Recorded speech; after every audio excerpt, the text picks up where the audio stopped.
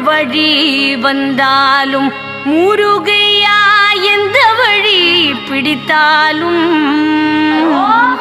கந்தன் வழி நம்மை எல்லாம் முருகையா பாதுகாக்கும் நல்ல வழி. செந்தனுக்கு பால் குடமும் முருகையா சிறுவரெல்லாம் வேல்முகமும் ஏந்தி வரும் கோலமையா முருகையா ஏந்தி வரும் கோலமையா முருகையா எடுத்து சொல்ல வார்த்தையில்லை.